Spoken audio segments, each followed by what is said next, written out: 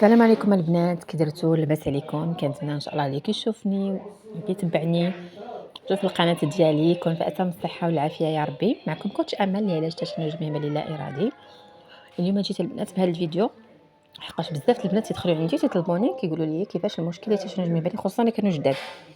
اي وحده تدخل جديده، خصوصا هاد العريسات اللي دابا كيدخلوا اغلبيتهم يلاه مزوجين. الله يكمل عليهم، يكمل على البنيات كاملين يا ربي. كلهم تيسولوني كيفاش انا مزوجه براجلي عن حب، يعني مزوجين عن تفاهم وعن حب، وانا بغيته وهو بغاني. وهذا ملي كنجيو نديروا العلاج كنلقى راسي كنكون في الاول مزيانه، في التالي كنولي نلقى راسي ما يمكنش لي ندير العلاج معاه نهائيا. تنزير رجليا، كنتشد بزاف، تنحس براسي مشدوده مزيره، تنخاف، تنرجف، يدي تيترعدوا، رجلي تيترعدوا.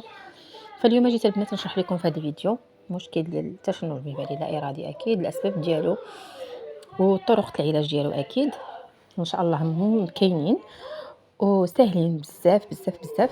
ف فالحاجه الوحيده اللي نوضح اكثر للبنات هو ان التشنج المهبلي اللا ارادي، الفاجينيزم، ما كيجيش غير هكذاك، يعني ما كيجيش غير بوحديته هكذاك، يعني ضروري ما كاين واحد الاسباب اللي هما ثلاثه الاسباب شرحتهم اكثر من مره في الفيديوهات ديالي وفي لي لايف.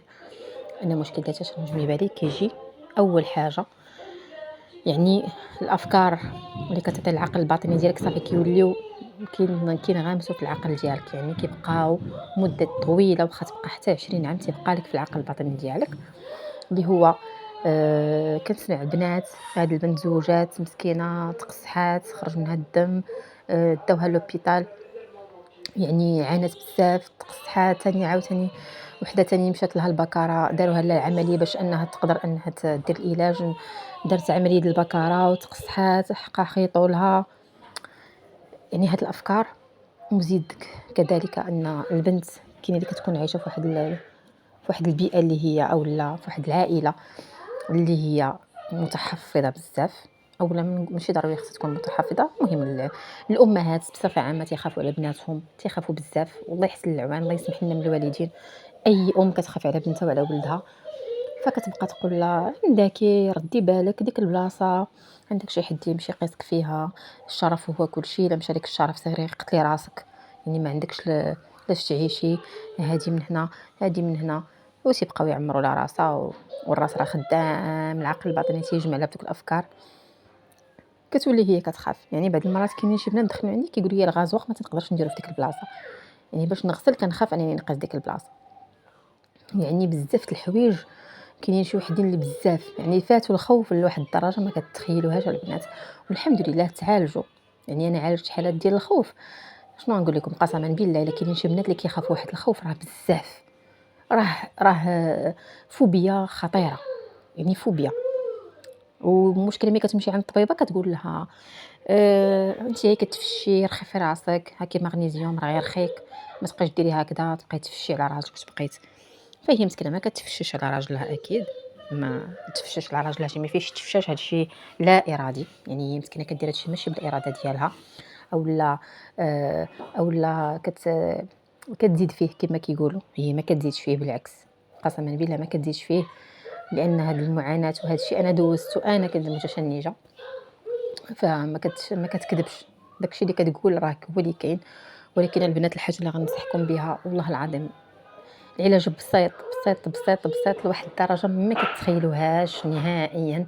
خاصكم غير تبداو الحصه الاولى صافي كيزول واحد النسبه ديال 20% ديال الخوف، وكل تمرين من ورا تمرين من ورا تمرين الخوف كيتلاشى كيتلاشى كيتلاشى حتى كيمشي في خطره واحده. وكديري علاج مع الزوج ديالك بواحد الاريحيه، كترجعي طبيعيه كيف اي مرة مزوجه.